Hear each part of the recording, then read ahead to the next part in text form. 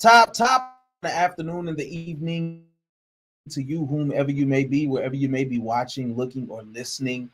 It's your humble, gracious, cowboy hopeful fan host, Anthony Moore. Oh, for those of you who may know for sure. And welcome to the network. Most importantly, you're going to get these sports, bruh. So let me tell you about you're going to get these sports, bruh. We speak for the anti-fanatic. Call it. And we worry about all that other stuff and how it's going to fall out, the consequences on the back end. Hot takes are only bad takes if they're wrong. We are loyal to who is loyal to us. We believe that it is earned. But either way, you're going to get these sports, bro. If you are tuning in for the first time, you come on back round now. You hear? You show them boys how you do it up in Harlem there, boy. And if you are part of my faithful few, a part of the brain trust, I love you from the bottom of my little beating corazon, my little beating heart. I love you. Tell a friend to tell a friend. Tune in to the network, man. Tune in with your and Mo. And please, the like button is free and subscribe. But if you're we talking about, if you want to crown them, then crown them. But they are who we thought they were. They are who we thought they were. Hey, man, listen. We talking Cowboys more specifically. Matt Eberflus, George Pickens, and we even going to throw in a little bit of that Kevin Stefanski, Shedeur Sanders fiasco ordeal that is going on over there. Listen, man, there's a lot to get to. I appreciate everybody who is tuning in tonight. And maybe we're going to get into it, so let's talk about it. So we're going to start off with Shedeur Sanders.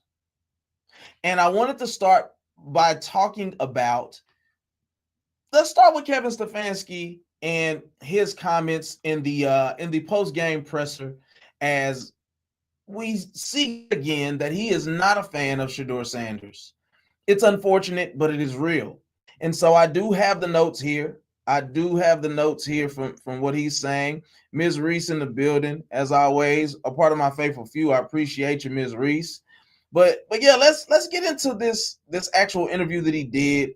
Kevin Stefanski has a smug way of going about what he does. He seems very uninterested in talking about football after the game, and seems even less interested in talking about Shedeur Sanders. And so when we quote, I know Shedeur had, but overall, this is the first guy asking about what he thinks about Shedeur Sanders, about the sort of moxie that showed in bringing. He said, yeah, he fought throughout the game, which we knew he would. Obviously, with any young player, Mary Kay, which is the lady who questioned, wasn't a man, it was a lady, there's going to be ups and downs. And I thought there was some really good, some of the plays that he wants back, but some really good moments. So here's the thing. What did he really just say there? What did Kevin just say? It's a very bland, blanketed, like, well, yeah, we want some plays that he want to get back.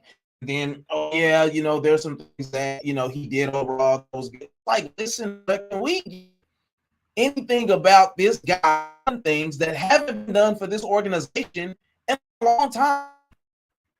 Let's talk about him being one of the first players, the first player of this year, over 300. Not Joe Flacco, certainly not Dylan Gabriel.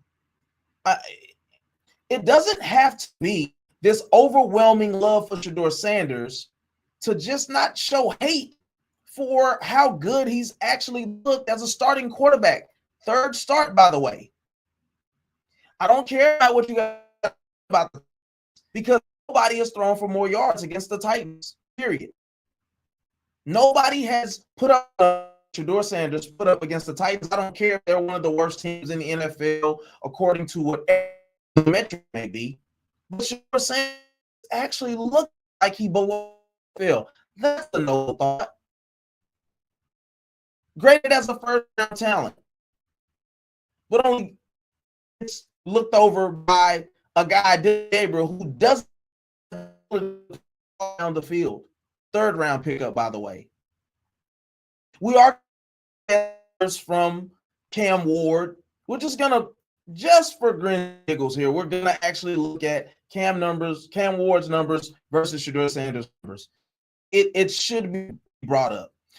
Shocking prediction here. I believe that Shedeur Sanders will be the best quarterback from that draft.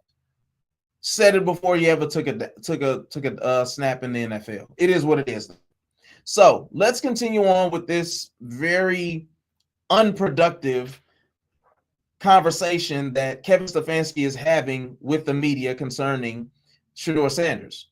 The next question was, what was supposed to happen on that last point conversion? So let's stop there, right? First 2-point conversion, Shedeur Sanders loses the ball. He fumbles the snap. Is anybody talking about that? No. You know why? Because mistakes happen, number one. Number two, the good plays outweighed the bad. Number three, fault that actually was. But the fumble was lost on the 2-point conversion. What nobody's talking about is why they actually, being down 14, for those of you who may not know football, I know, Ms. Reese is here, one of the faithful few, you get 6 points for a touchdown, and you have the opportunity to go for 1 or go for 2 points to obviously get 2 points. If you're down 14, you don't have to go for 2, unless it's like you want to win the game in regulation before going to overtime. If you're 7, you go for 2, you win by 1 point. Right? That's not what was happening here. They're down 14 points with the opportunity to be down by 7 if they kick a field goal. They decided to go for 2. They lose the snap. Okay, cool. Now you actually have to go for 2 because now you're down 8 points. Cool. So now we get to where we're at now. They're asking him what his thoughts are, what happened on the 2-point conversion, the second 2-point conversion. Yeah, not going to get into all the specifics, Jeff, talking to the reporter, but obviously did not go as we thought it would.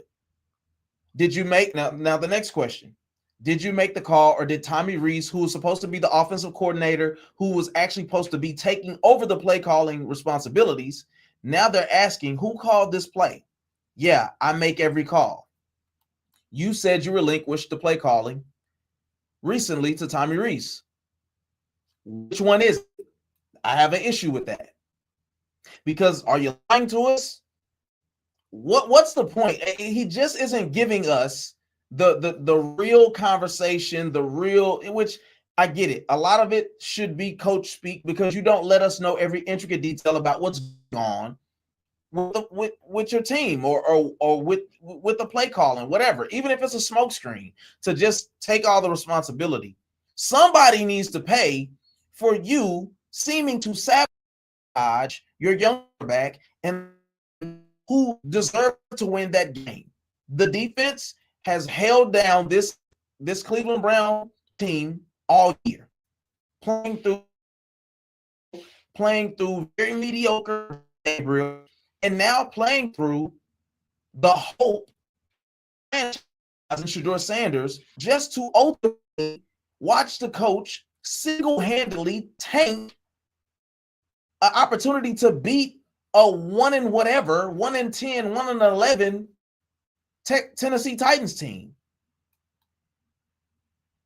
But, that's neither here nor there. So he says he makes every call.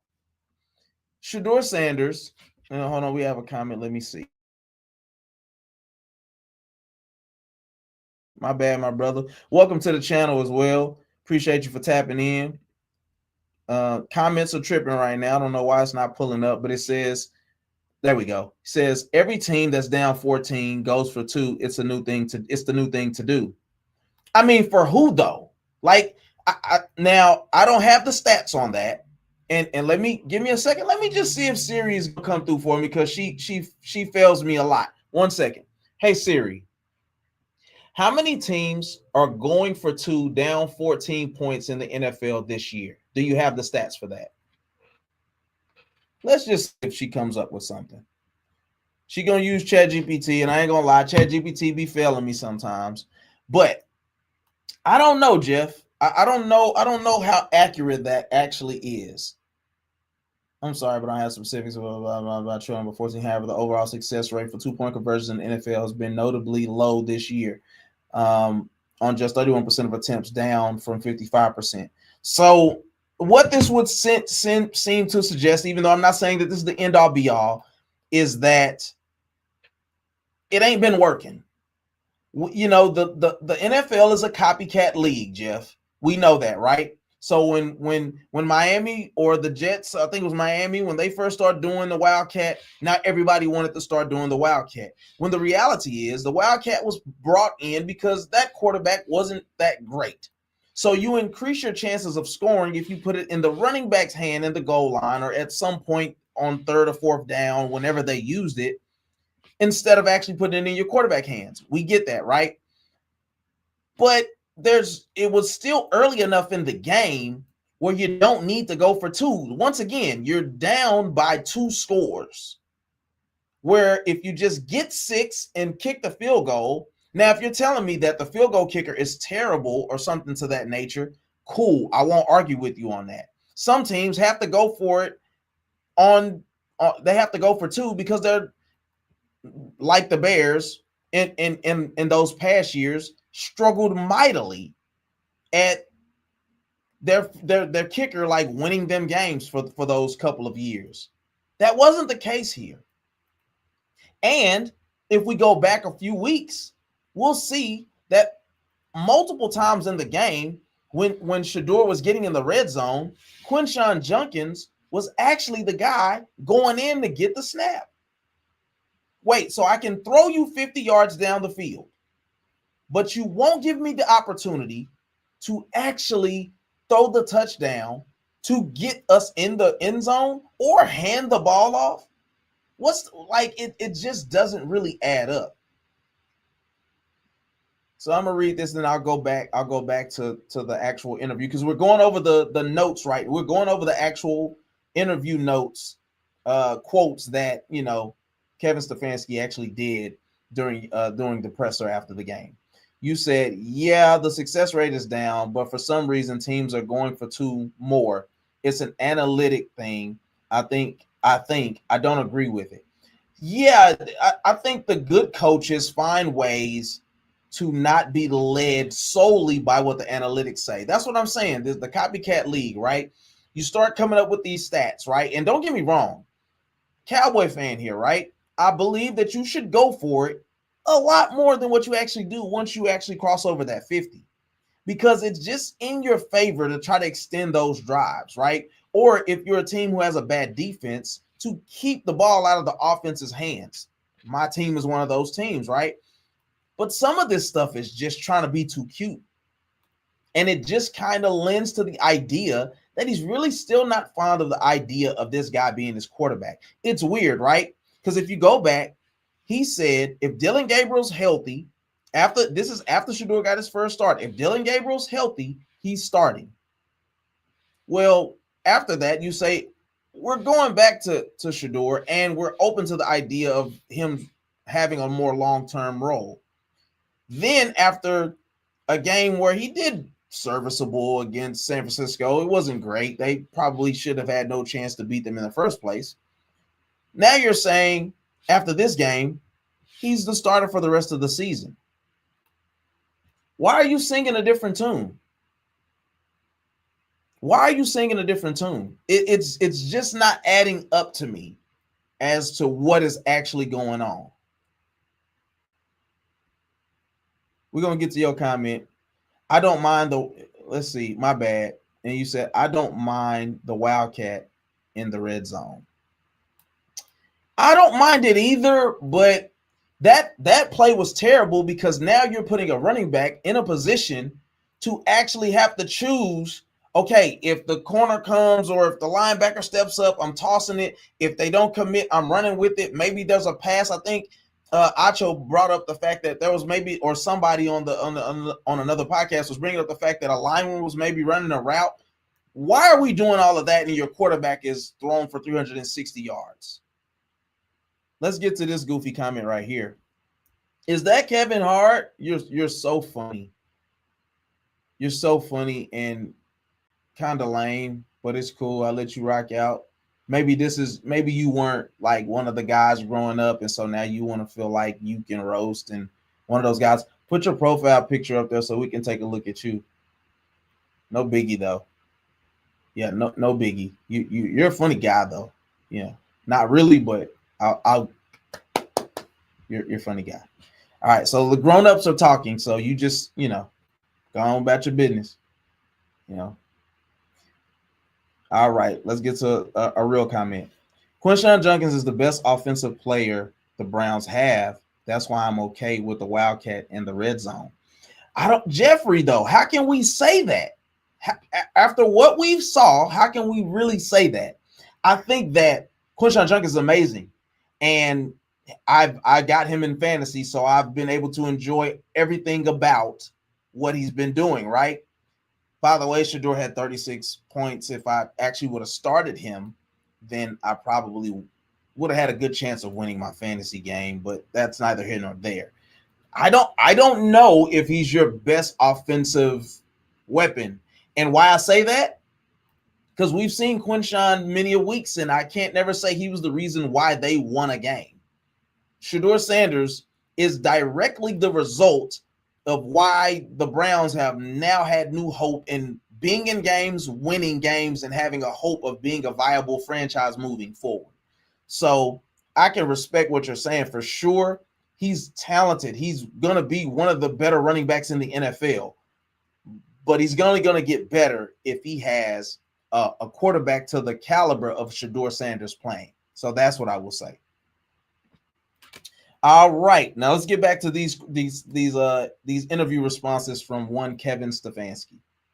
So he said, "Yeah, I make every call." Then the guy says, "Shedeur has a hot hand. Why would you take him off that play?" He said, "Yeah, again, it's a 2-point play. Didn't come through on our first 2-point play." And I got some thoughts on this, so stick with me on this. He said, "Yeah, it's a 2-point play. Again, it's a 2-point play. Didn't come through on our first 2-point play. Got to the second 2-point play. We didn't come through, but that's on me." Let me tell you what he's saying here. Let's read between the lines. Remember, I started that by saying Shedeur fumbled the first 2-point play that shouldn't have happened in the first place. You got to be able to read into the mind of some of these people who are very arrogant, very think it's about them, think they're the reason. Kevin Stefanski is not the reason for any of Shedeur's success, period, right? But what he's saying here, yeah, again, it's a 2-point play. Didn't come through on our first 2-point play. Pause. He's saying we had an opportunity to put the ball in Shedeur's hands the first time, and he didn't come through. He fumbled. He's putting the blame on Shedeur. How do I know that? Because the second half of this is got to the second 2-point play. We didn't come through, but that's on me. He's not taking responsibility for both of the plays. He's taking responsibility for the second one because he can say, "I didn't put Shedeur on the field. We practiced this play. I put it in Quinshon's hands to execute it, and it didn't happen. That's on me." That's what he's saying here. That's what people are missing, is that he's directly blaming Shedeur for the first play and taking the onus or the blame for the second one. I don't agree with it. I think it's bogus because you just tried your kicker out there to kick a field goal, but at the same time, if people want to give him a pat on the back for saying, "But that's on me," you got to be able to read into these words a little bit better. All right. You said the fumble was on the center because that's the first time he took in season reps. Now, I'll roll with you on that. I think Shedeur behind closed doors, if that's the case, he would probably admit it. But in the public, I would never hear him say that it is on the center, right? Now, like I said, I'm going to go with you on it. Okay, cool. The center messed up. That was their first time doing whatever in that situation. Not mad at it. I appreciate you for giving that as a reason.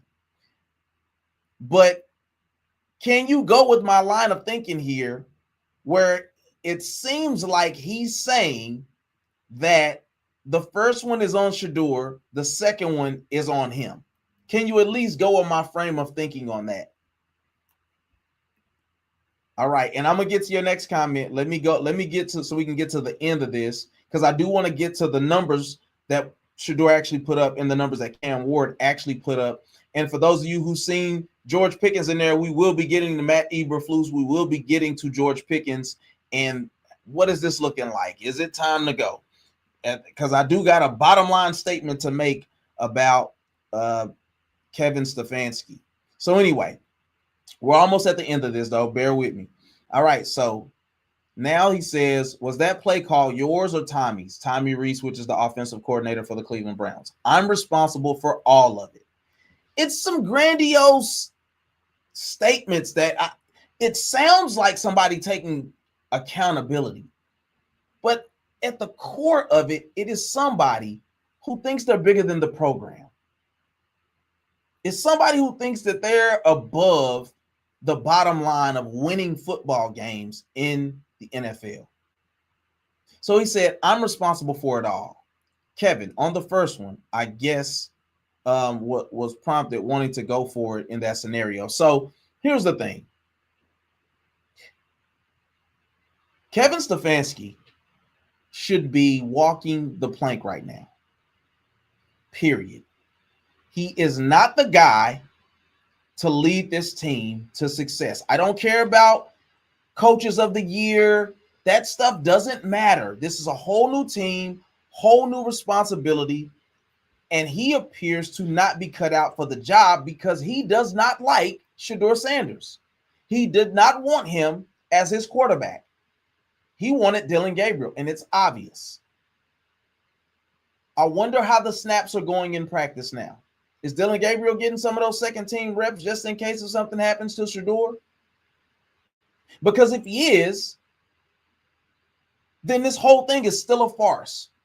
Because now, because you said Dillon Gabriel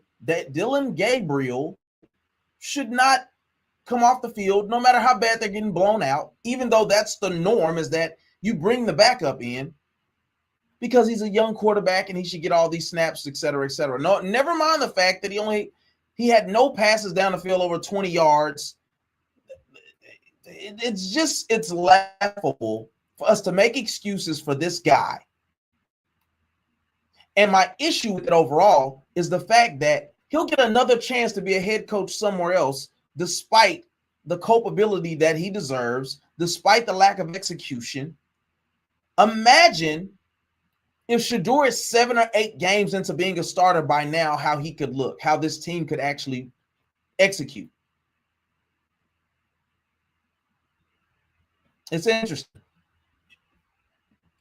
All right, let me see what my guy's saying here. Jeffrey Champion says, Luke Whippler is going on his 3rd year, and that's the first time he had starter reps. Okay.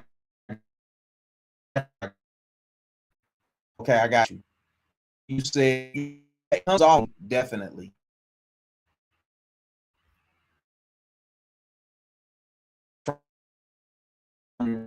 Under the bus as well. But here's the thing, though. Somebody's going to have to be culpable for what is going on. And so I'm not willingly going to get myself fired for Tommy Reese making bad decisions.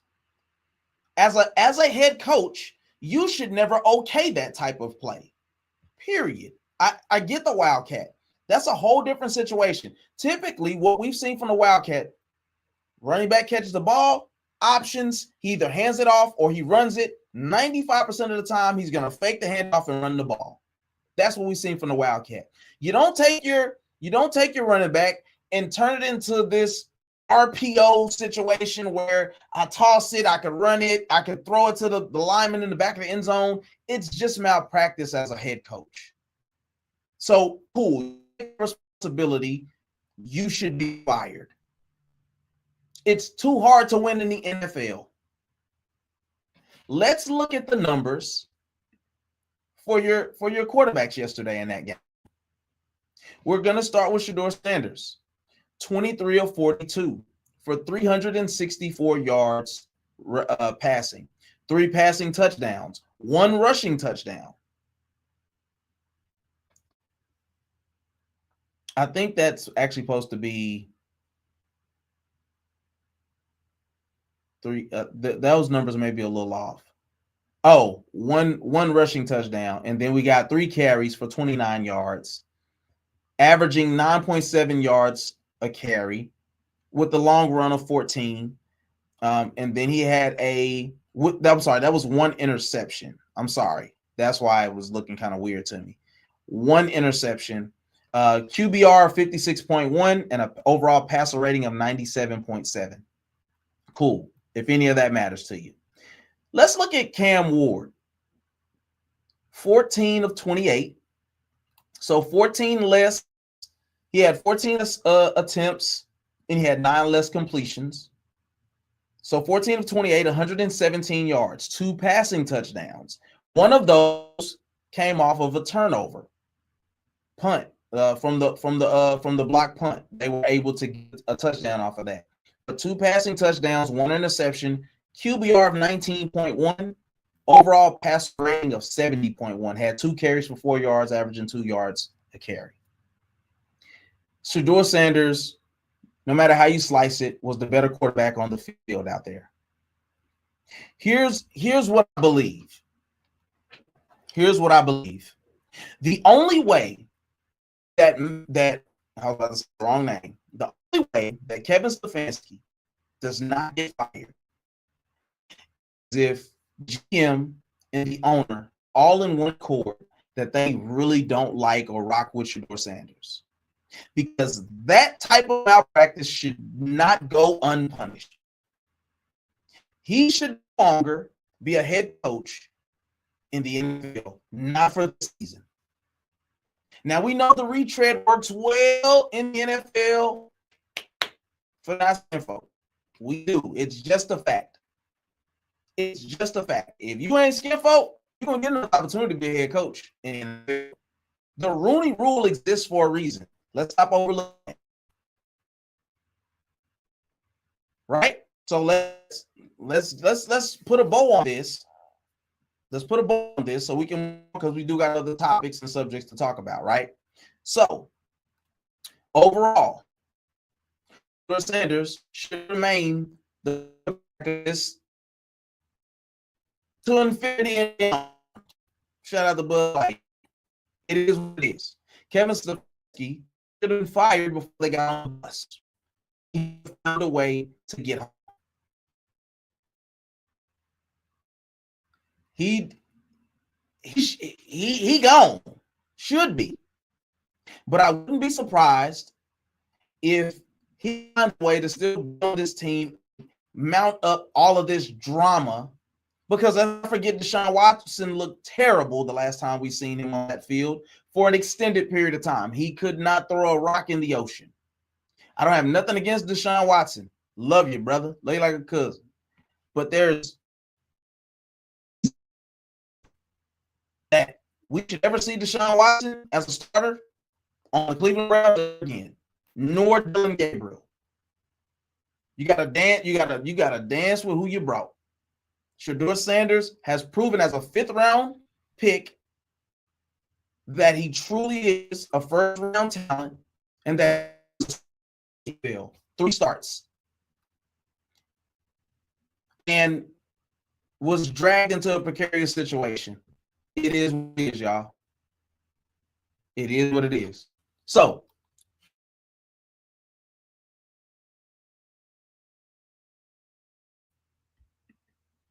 the internet is tripping like a big dog.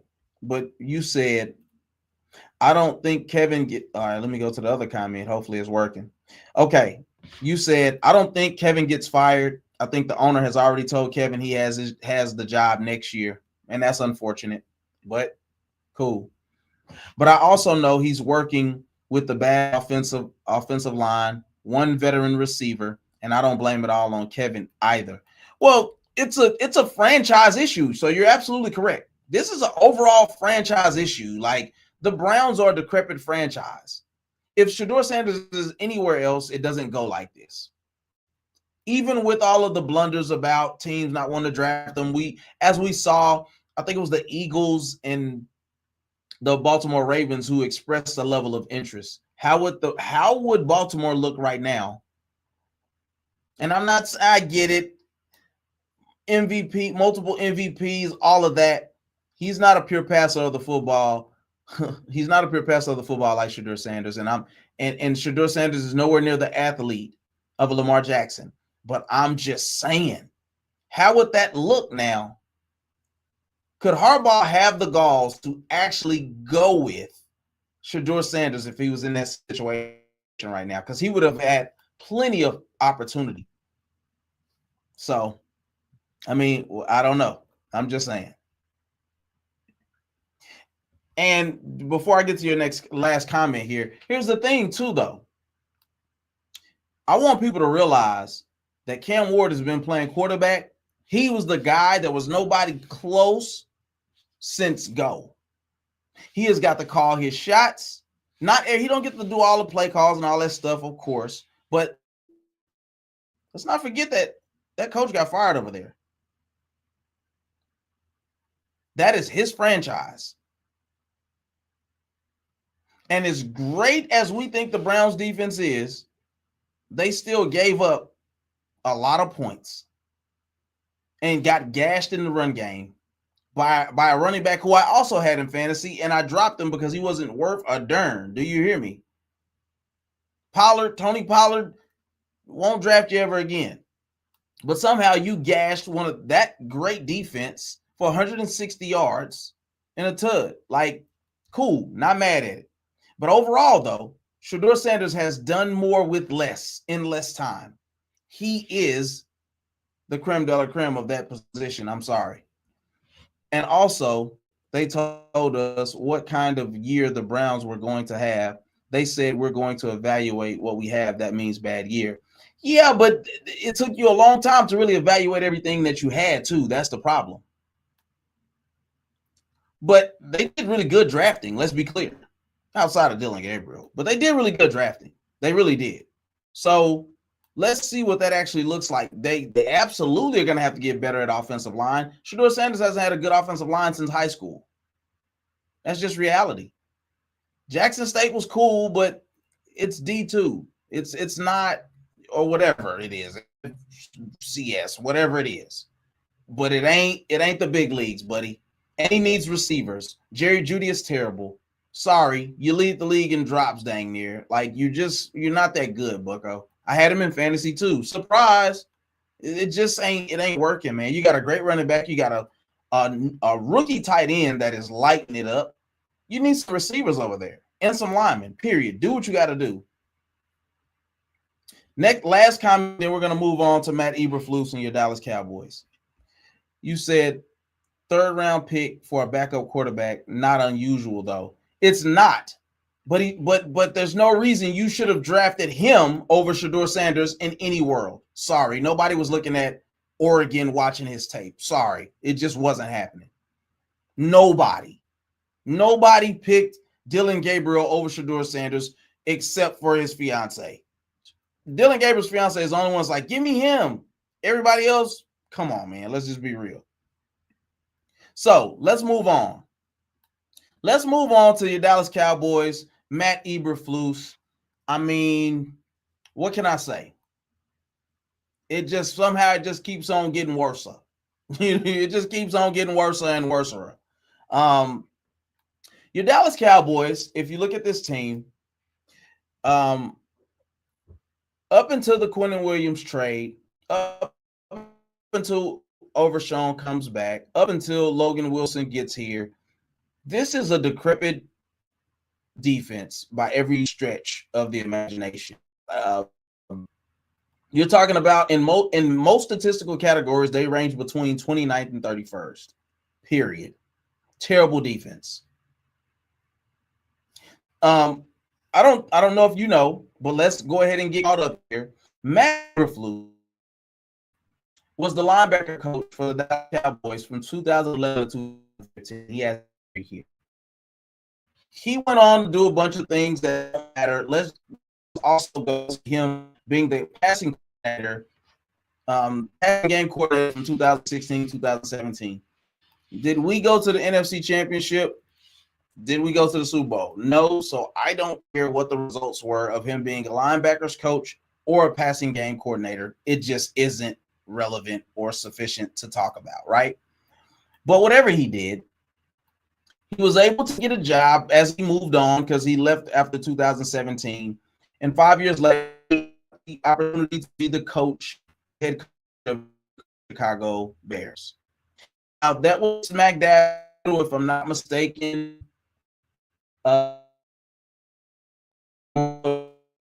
Justin Fields.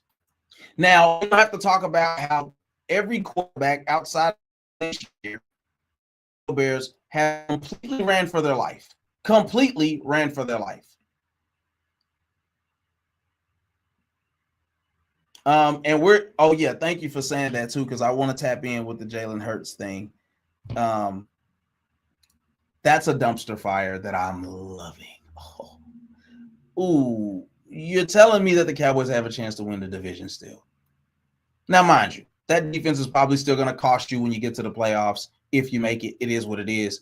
But Matt Eberflus, let's stay on topic here. I appreciate you, man. Hopefully you hit that subscribe button and hit that like button for your boy, because we got a little something going here now.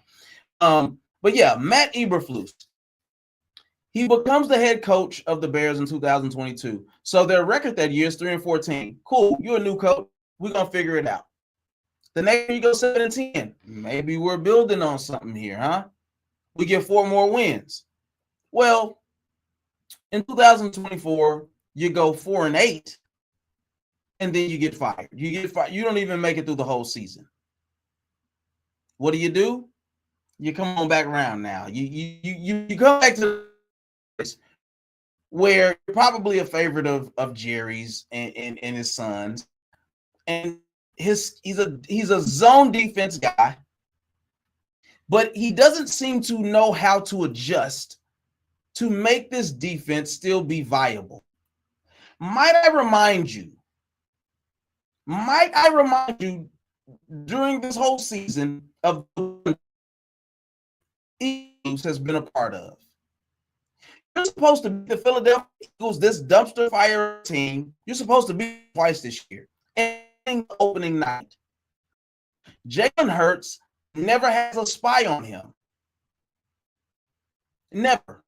He scores 2 rushing. It's absolutely egregious. How do I know? And I've never coached in the NFL. I've never played a freaking quarterback or a defensive. I've never been a linebacker a day in my life. And I know that when it comes to winning football, Jalen Hurts and the Philadelphia Eagles, Kansas City Chiefs, Andy Reid, Patrick Mahomes are some of the best at situational football.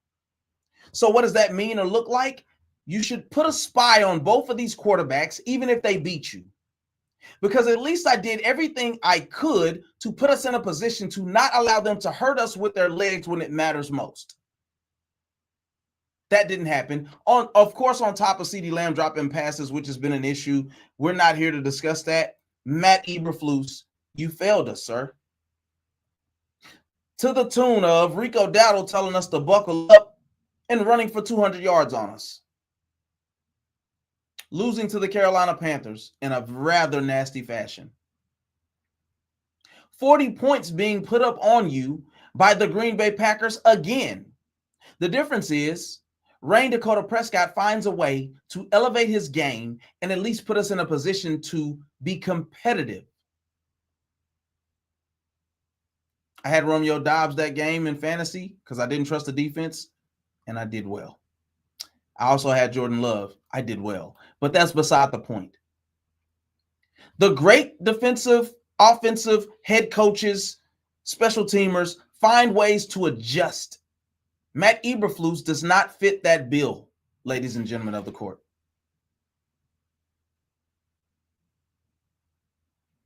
What about Denver? Can we talk about Denver?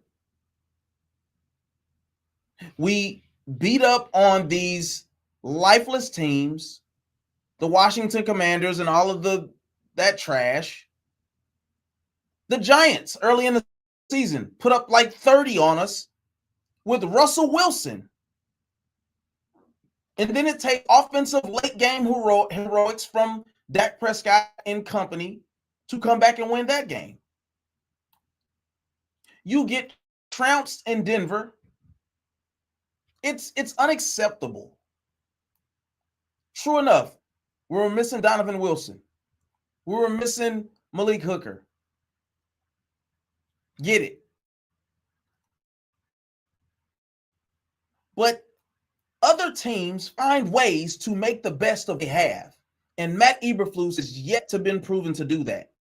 He's a zone scheme guy who relies on his 3 techniques and 1 techniques and 5 and all that, right? To get that pressure up front.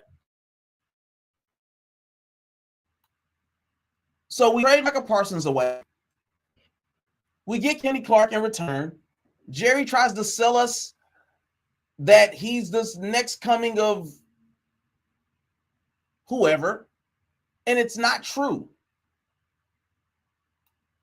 So then we have to go load the wagons to go get Quinn Williams. And he's the new shiny toy that executes, and it's great to watch, to be honest. He's dominant.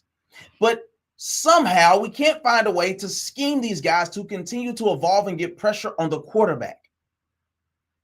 So then we go to Oakland and we do what we're supposed to do to bad teams and stomp them out. We come back home, we play the Philadelphia Eagles, the lowly Philadelphia Eagles, who can't figure out anything about their offense because their quarterback isn't that great. He just isn't. We control that run game. But one can argue that they're really not that great of a team. They just know how to play to their strengths the best out of any team that's not that great. Then 4 days later, the Kansas City Chiefs come into town. Now, Patrick Mahomes is a savant. He is who he is. And he gets 4 touchdowns, no picks. It's a couple, I think it was like maybe a sack and a half or something like that. I can't remember those stats. But we find a way to win a high-scoring game because we do have an elite offense when they all show up and want to play. Great. But the game that we need the most, and I'm going to talk about Eberflus. I'm going to end on Eberflus as I transition into George Pickens by saying, if you wanted us to believe, if you wanted us to truly believe that this Dallas Cowboys defense, this Dallas Cowboys offense, this team as a whole was really ready, you find a way to go to Detroit and win that game. Dak looked atrocious. The defense was getting a little pressure. Matt Eberflus came to his center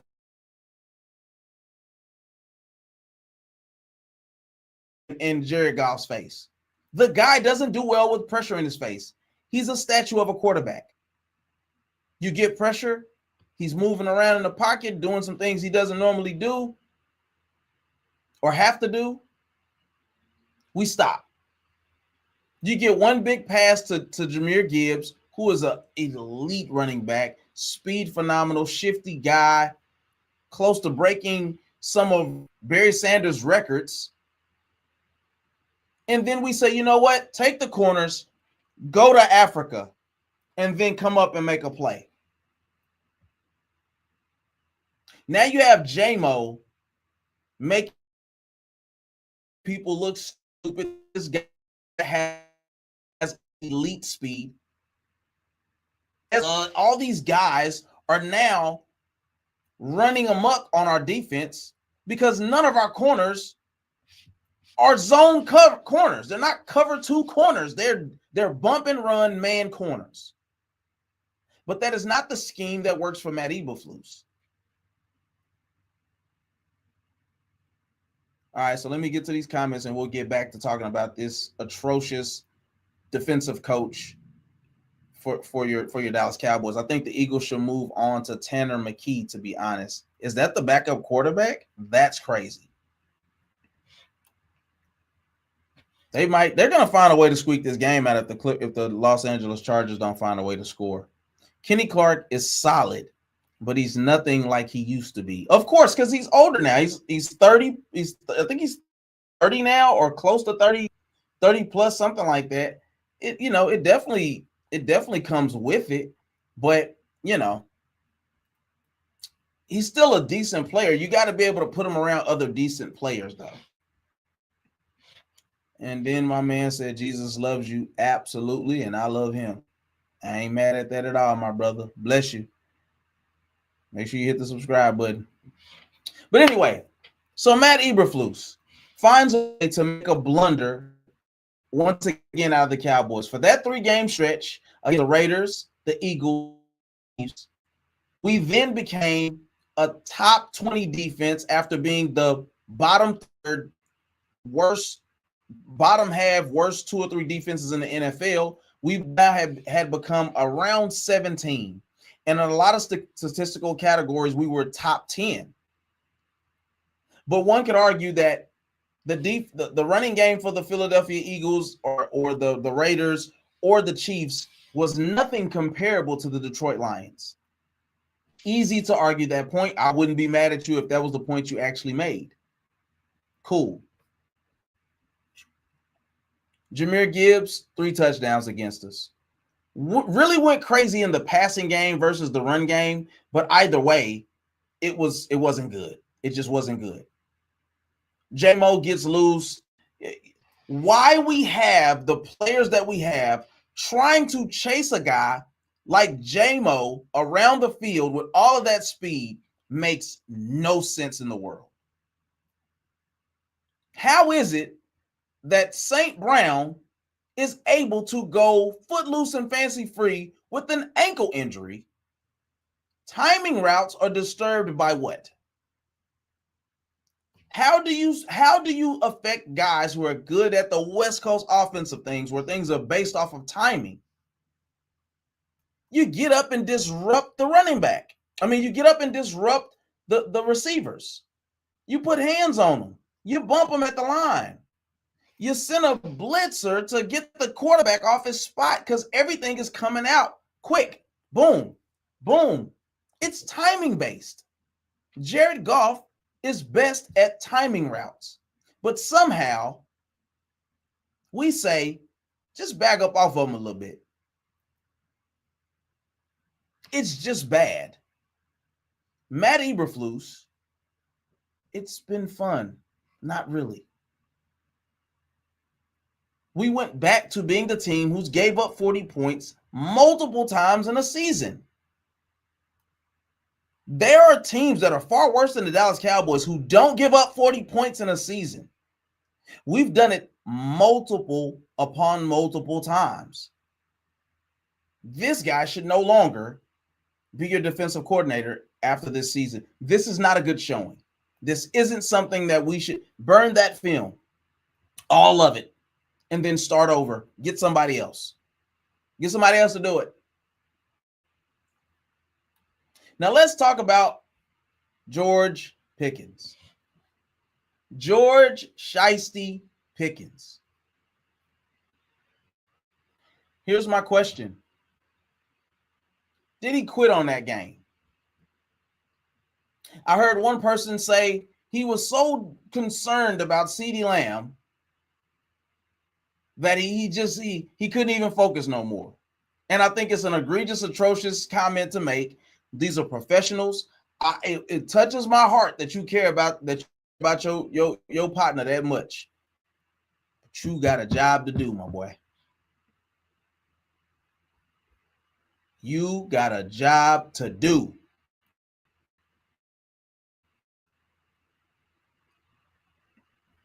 Jeff Champion says, if Kevin gets fired, Jim Schwartz will be available, and I think that's who the Cowboys need. Well, let's not get confused about one thing, though. Cowboys also need Myles Garrett. Cowboys also need a solid safety like Delpit. they could use a corner over there. Like, should I keep going? Now, here's the thing. Like, I feel you. I'm not mad at it, right? But that is a very well put together defense. And here's the reality. The 99 Bears, the 85 Bears, the 99 Ravens, those are the only teams that can actually withstand having horrible offense. The only teams. Nobody else is. It's just the NFL isn't built that way anymore. The Houston Texans of today. You see what they did to Patrick Mahomes yesterday? I'm just saying, like, I feel you. Schwartz has had his chances too. Let's not forget. He didn't look that hot either. Overall, though, I wouldn't be mad at Schwartz. We need better players because our linebacking core is terrible, with the exception of Overshown, who is fresh off a knee. And we hung the hopes of the season on a guy that just came off of a knee injury 2 years in a row to lead us to pay dirt, lead us to victory. So the Cowboys linebacking core, we need another corner. I like Ravel. He's coming off a knee injury too, mind you. We need new our safety play is atrocious. These guys are missing tackles in the box. They're not cover safeties. They're Buffalo nickel safeties. They're like a fourth linebacker.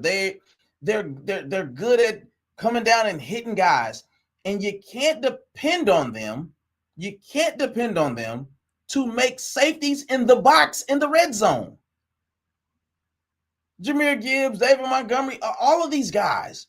It don't matter. If you meet them in the hole, you're gonna win. So the Cowboys have a lot of needs. I don't know if Jim Schwartz is going to fix it all. And I don't know if he wants to go from the situation he's in to being a defensive coordinator again somewhere else. Maybe he wants to try his hand at being a head coach. Who knows? But I'm for anybody that is going to do a better job than Matt Eberflus.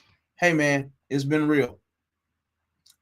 And I'm talking to Matt Eberflus. You get on from around here now before I let my dog out. Yeah, get on away from here, dog. We need something else. And then you said Jim Schwartz saved Devin Bush's career. I mean, that's cool. I ain't mad at it.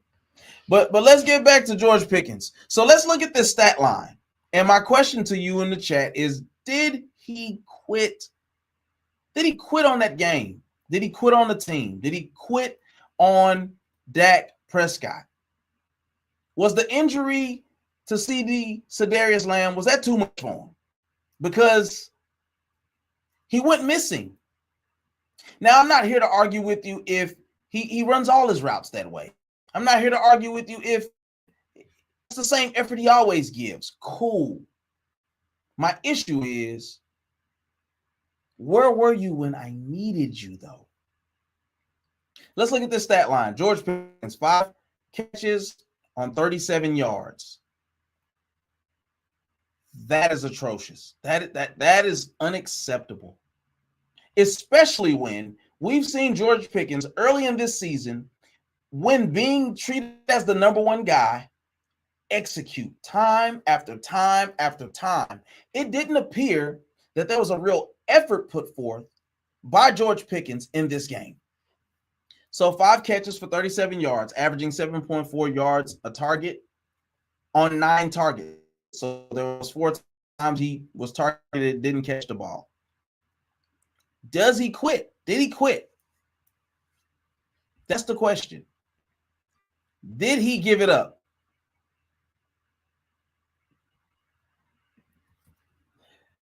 Jeffrey said, there's a reason the Steelers get rid of their diva receivers. What did you doing?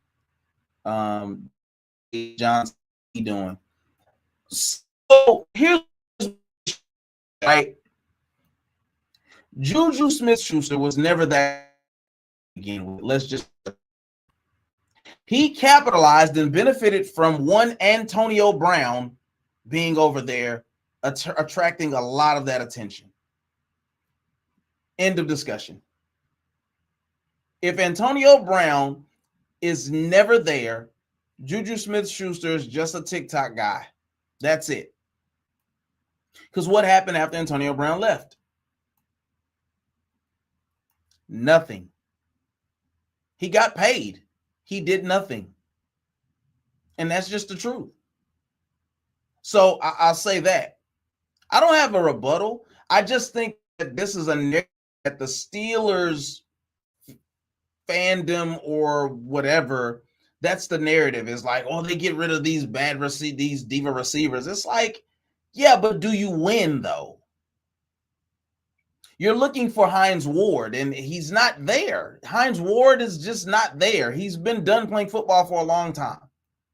It just that type of receiver doesn't really move the needle in the NFL today. And the fact still remains, George Pickens has more receiving yards than the entire Steelers receiving core. That's a fact. Maybe after yesterday that changed or something, but last time I checked, I was the man on these streets. That ain't a run-of-the-mill receiver. Now, from what I've heard, yes, George Pickens has been missing meetings. He's been showing up late. He's been fined. He's had to sit out plays against the Raiders because they were doing foolish things, being out till 7 a.m. in the morning. That stuff ain't going to cut it. But that's the NFL today. I'm sorry. I'm not saying it's okay. Should he be more professional? Absolutely. But at the end of the day, this is a what have you done for me lately league. What have you done for me lately? Ooh, yeah. But that's neither here nor there. At the end of the day, George Pickens has produced, and he's done it often for the Dallas Cowboys. Is this Pittsburgh? Hold on, what did I put? Is this Pittsburgh Pickens? Because here's the thing about being in the Dallas market as a Cowboys player. Here's the thing about being attached to David Mulligetta, who is also Micah Parsons' agent. We saw how that went. Here's the thing about the type of player that Pickens is. When he's doing well, he's loud. When he ain't doing well, he quiet. He seems to be taking the Trevon Diggs approach to even dealing with the media, calling out Richard Sherman, all of those things. Let's not forget about the infamous tweets about Mrs. Patrick Mahomes. He's very outspoken. And I'll be honest, I don't have a problem with it. These players should have the ability and the freedom to be as expressive as they would like to be. But you must produce. You absolutely must get the job done. And if you're not going to do that, you're going to have a problem on you. You have a problem on your hands. Because this market is no different than LA. It's no different than New York. It's no different than Boston with the teams that they love most. Just win, baby. George Pickens should never have 37 yards in a game. I could care less about what the reasoning is. George Pickens should never only have 37 yards receiving in a game.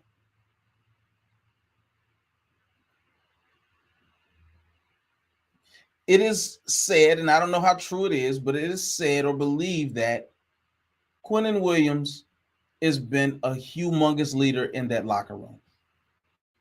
He has been inspiring. He has been holding people accountable.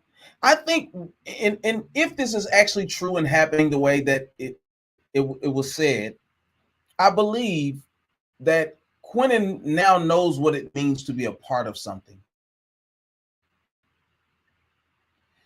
You would be lying to yourself if you don't believe that with a few players in the offseason through the draft and free agency on the defense, getting you some better guards out there, or is it tackles? Oh, I ain't gonna lie, I was always got that confused. Better tackles, right? Guards on the inside, tackles on the outside, right? Or is it left guard? Guards on the outside, tackles on the inside. Either way, I'm not stupid. I promise. Football, I just always struggled with that position. Is the guard or tackle the one on the outside? But either way, I've also never played line. But this team is looking like, with an aggressive offseason and some really quality picks, you get this defense reassured.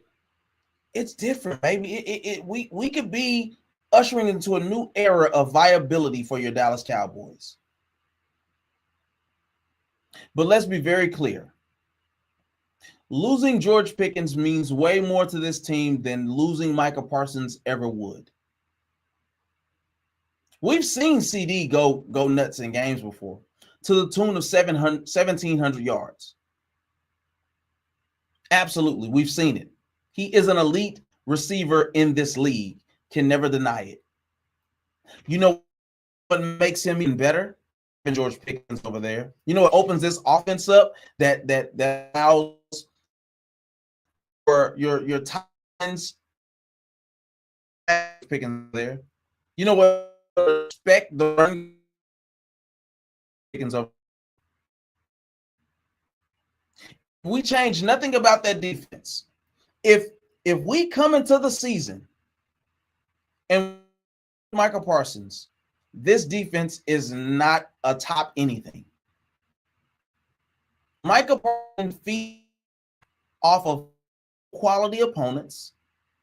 He disappears against the top tier ones. If you want to argue with me, I'll show you games against San Francisco and Green Bay where he's got no pressures, no tack, a half a tackle. I wish that we would stop having this debate. He's on a stacked defense, a quality top 10 defense, a pass rush away. And even still, he's went games without pressures, without sacks, without tackles. You can still scheme him out of games sometimes. Is he going to use his athleticism, his speed, all of those things work in his favor? Yes. I'm not arguing. And I get the Jeff Kavanaugh of the world who say if we kept him, we could have still got Quinn. Who knows? Who knows how that would have worked out? But what I do know is in a very short time, I've seen Quentin Williams have a better impact on this defense as a whole by just showing up on the field than I ever seen from Micah Parsons. So I don't want to have that conversation anymore. I'm tired of talking about it. Is he an elite player? Sure. I mean, you guys, I'm not impressed by that stuff, right? I'm just not. Russell Wilson never won a Did Russell Westbrook ever win a championship? Is he going to win a championship? Chances are he's not. And the opportunity that he had, they pissed away being up 3-1. My point is, all those guys who are super uber talented and skillful and look at this trick I can do, that stuff doesn't equate to championships a lot of the time. Is Green Bay good enough to win a championship? Sure. But is Jordan Love going to show up? Who knows? Are they going to scheme Micah Parsons out of the game by just running toward him? I've seen that. So all I'm saying is we want to keep George Pickens. We want to keep this guy. And you know who I've seen successfully spend their money on the championship and people are not talking about it, and I don't understand why? The Los Angeles Rams. Do we forget how the team was, and then they made trades and free agent pickups and they luxury tax I want a ring. I want a ring. Jerry keeps talking about he's in his 80s and he wants to see success before his demise. Go spend money. We don't have to argue anymore, guys. I've seen somebody do it successfully. And guess what? They're like the number 2 seed now. They didn't have draft picks. They gave up so much to make that team better. If you're and you're smart enough and you are doing your due diligence, you can still win in free agency.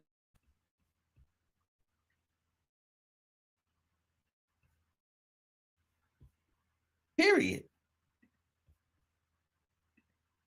I'm sorry, I keep leaving these comments up here. Antonio Brown lost his mind after the Steelers got rid of him. That has nothing to do with Juju Smith-Schuster, though. My point is, Juju Smith-Schuster wasn't that great of a receiver to begin with. Antonio Brown only helped his cause. That's my point.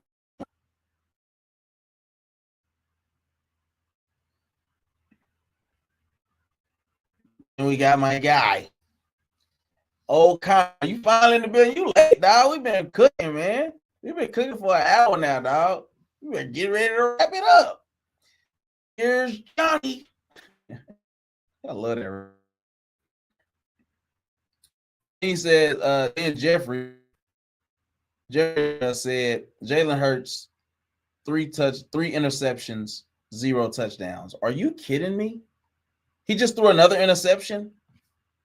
That if listen, Justin Herbert score a touchdown, and it's dang near been proven this guy can't score over 20 points. Like, just come on here. Come on, dude. Antonio Brown has CTE. I wouldn't disagree with you. Yeah, I disagree with you. I think he ain't just being a Negro, and I'm not saying that to be funny. I think he's definitely got something wrong. There's some screws. What is it? CTESPN? That kid is weird, man. Florida boy, though. Says, yeah, I know I was late. I was playing Red Dead Redemption 2. Shout out to the gamers, dog. You know what I'm saying? But anyway, here's my point. Because I don't want to belabor the point. I don't want to, thank you for all those who've been tapping in. Make sure you hit the like button. People listen and then they don't listen. People don't hit the like button and they don't subscribe. You can do what you want to do. You know what I'm saying? Just watch my shoes. But anyway, I think Kevin Stefanski has to go. I don't care who they get as the replacement. Kevin Stefanski gotta go. I think Matt Eberflus. Bye. It's over. Hit the bricks, kid. Go now. We don't need him to beat the Chargers. We don't need him to beat Washington. We don't need him to beat the Giants. We don't need him to beat Minnesota. We just don't. I'm sorry. You've proven that it's worth our time. But when we get to George Pickens,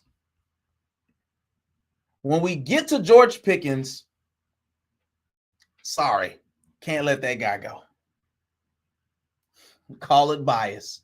I don't know what his problem was. I don't know if he got to listen to YB, or NBA Youngboy, whoever it was. I don't know if he didn't get to listen to that before the game, but absolutely got to keep that kid.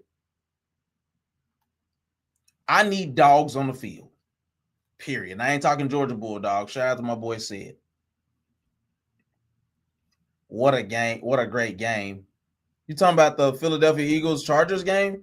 Because it just sounds like the Eagles are imploding. And I can't wait to hear what A.J. Brown has to say. I cannot wait. Yeah, great game if you want to see Jalen Hurts play like crap. See, I want to see that. Yeah. Oh, and they just tied up the game. Okay, listen. So I thought that Justin Herbert wasn't going to play. What happened? I thought that he had surgery or something. What was that about? Can somebody fill me in on how he's playing? Because I thought that they were supposed to be without him. And shout out to Shady McCoy, because you said they were going to blow the Chargers out. This ain't a good team. I hate to break it to you.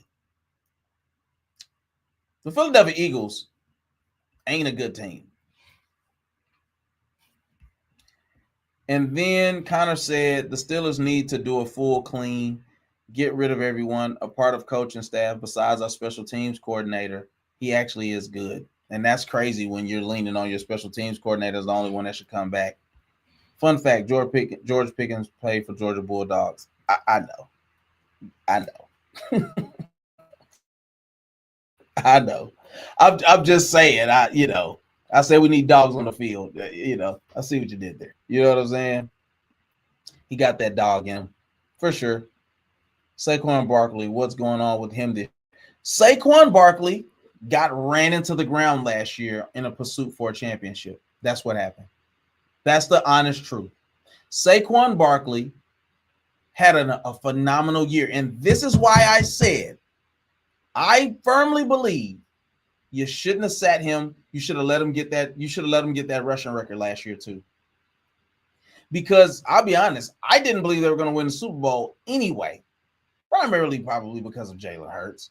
But like I've said plenty of times, Jalen Hurts, Patrick Mahomes, Kansas City Chiefs, Philadelphia Eagles, they have been successful for so long because they are the best at situational football. They know how to win in situations. The tush push, anything that Patrick Mahomes does late in games, it's just pretty clutch. I mean, I know he threw like two interceptions yesterday, but this is just not the year. You lose alignment on the first play of the game. This just isn't the year for Kansas City. And it just is what it is. Travis Kelce was playing elite for a long time. He's now fallen off. It just is what it is, right? Your offense is predicated on your speed guys getting the ball on bubble screens in space and getting down the field. That's not going to equal success for long. It just is what it is, right? So, my bad. Going back to Saquon, though. Saquon is burnt. He's burnt. All those highlights and all that stuff is great. This is what people also got to remember about the Philadelphia Eagles last year. A lot of them blowing people out, a lot of them winning games late came from Saquon having a lot of late runs.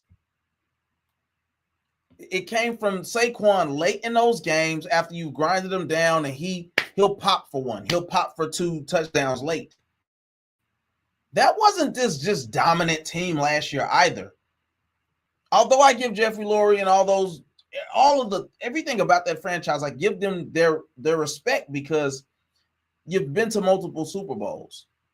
You've been to NFC championships. You took down Patrick Mahomes and the Kansas City Chiefs. I don't care how you did it. You did it. So at the end of the day, I'm like, Saquon his body is being a running back in the league, they only really last 4, maybe 5 years. That's why the position isn't that valuable to people, because you just grind them down and then you just go get another kid. You just go get somebody else. So that's what's going on. Saquon to retire is crazy. Why would he retire? He just now started getting his groove last year. Travis Kelce got the Taylor Swift effect, and now he sucks. No, that I can't go with you on that, buddy. He was already going down. I'm sorry. It's just the truth. And I will never say that Travis Kelce is the greatest tight end or the greatest Kansas City Chief tight end. Not going for it. Sorry. You can't make me forget about Anthony Tony Gonzalez. You can't get me to do it. I'm sorry. Cap. This is a league predicated on passing. And Tony Gonzalez dominated in an era where the tight end was an afterthought. Can't go for it. Sorry. I don't care how many records he breaks. You can't do much to receivers or quarterbacks now. The league was completely different. How you going to get me to believe that Travis Kelce is better than Tony Gonzalez? Save it. Not trying to hear it. Anthony Ayers just dropped 40 and people thought John Morant was better. That's laughable. I don't know who. You know what that was? That had so much more to do with the flash of the dunk and the. It's like, bro, John Morant can't shoot. How can you be better than Anthony Edwards if you can't shoot? He's not a good shooter. He's all about slashing and getting to the basket, and he's always hurt, and he's always got guns. It's just not. It's just stop. And he's immature. So yeah, no, Anthony Edwards is better than John Morant. Both marketable.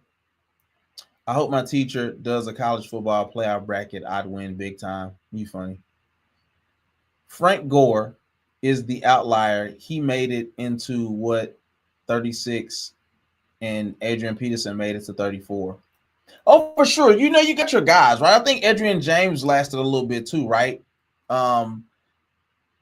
Corey Dillon lasted a little bit. Emmitt Smith, of course. Barry Sanders lasted for a while. He just didn't want to play anymore for the Lions. They just didn't do what they needed to do, right? But but a different league, right? It was just a different league. I don't know how to explain it, but these teams today really will grind you into the ground. It's just not worth a darn. Like they don't value the running back position. I'd make a good tight end, but my dang offensive coordinator won't trust me. What are you trying to say? You don't play football, Connor. Stop acting like you play football, dog. You ain't never said you play football. Tell me you play for Ohio State if you want to. I'm going to block you because you ain't never said you play. What are you saying? Or are you talking about? What are you talking about? You play football. Oh, well, don't say what your high school is. But okay, cool. Okay, I don't know if you're trying to, Okay, I keep forgetting. If y'all don't know, man, Connor be over here telling us about astrophysics and the history of church and all type of stuff. Now, very young, sharp guy. I be forgetting he actually is a young man. But that's what's up. So if you play football, what position place do you want to let you play tight end? Then Jeffrey said, I want to play football in high school. I couldn't because I ended up in a car accident. I haven't made it. I have a metal plate on my forehead now. Okay, bro. We don't. All right, man. Let's not take this down now. Let's keep this light. Let's keep this light, dog. I'm glad y'all right now. But dang. My brother said he got a metal plate in his forehead. Dang. I'm a backup tight end, but I'm a defensive end. Okay, cool. That's what's up, man. That's what's up. Man, listen, dog. Man, listen, I like getting on here and just chopping my folks after so long, man. The show is what the show is. Once we go over an hour, my goal would be to hit an hour of quality content. But overall, man, I appreciate everybody for rocking with the Mind of a Man Network. And we have multiple shows, as my boy Connor will tell you thus far. I haven't even did all of my stuff, really. I just been doing really exclusively sports and church flow, which I do church flow on Wednesdays. But I've been doing more episodes here lately. Anyway, man, my longest is 38 yards. Hold on, let me see what my boy talking about. I'm a backup tight end. I'm a defensive end, he said. But I'm going to try out for kicker next year because our kicker looks like Jaden Fielding out there. I don't know who Jaden Fielding is. My longest is 38 yards. With stream, I subscribed as soon as I came into the live. Man, love my guy. I appreciate that, dog. Man, tell a friend, dog. Subscribe to my work. Listen, man, I'm just trying to community of people who want variety. Variety in their lives within reason and variety in the network. So I don't just do one thing. And so I desire to expose people to what goes on inside of my mind. And I do it through the shows that I put out. And so Brain Trust is my people. That is the inner circle. I will have t-shirts for you guys here soon, man, for the because I want to have a network and a community of people who think, period. We don't just react to clips on the internet. We are thinkers. And I believe that when we take the emotion out of things, now it's okay to have a little bit of emotion, but when you take the emotion out of things and you actually think, we can have dope conversations. We can talk about sports, religion, all those type of things, politics, and we can come to a general understanding if we want to. So listen, man, I'm going to finish up these comments and then I'm going to close the show out. But I do thank you for anybody who liked, who shared and subscribed, who commented. Thank you for my faithful few, my brain trust. I love you from the bottom of my corazon for sure. Jaden Fieldings is the Buckeye kicker who missed every important kick. Oh, so that's what you were talking about the other day. We didn't get to talk about that. If you'd have came sooner, we could have got into the weeds about that. And then Jeffrey Champion said, I got you. Love, man. Love.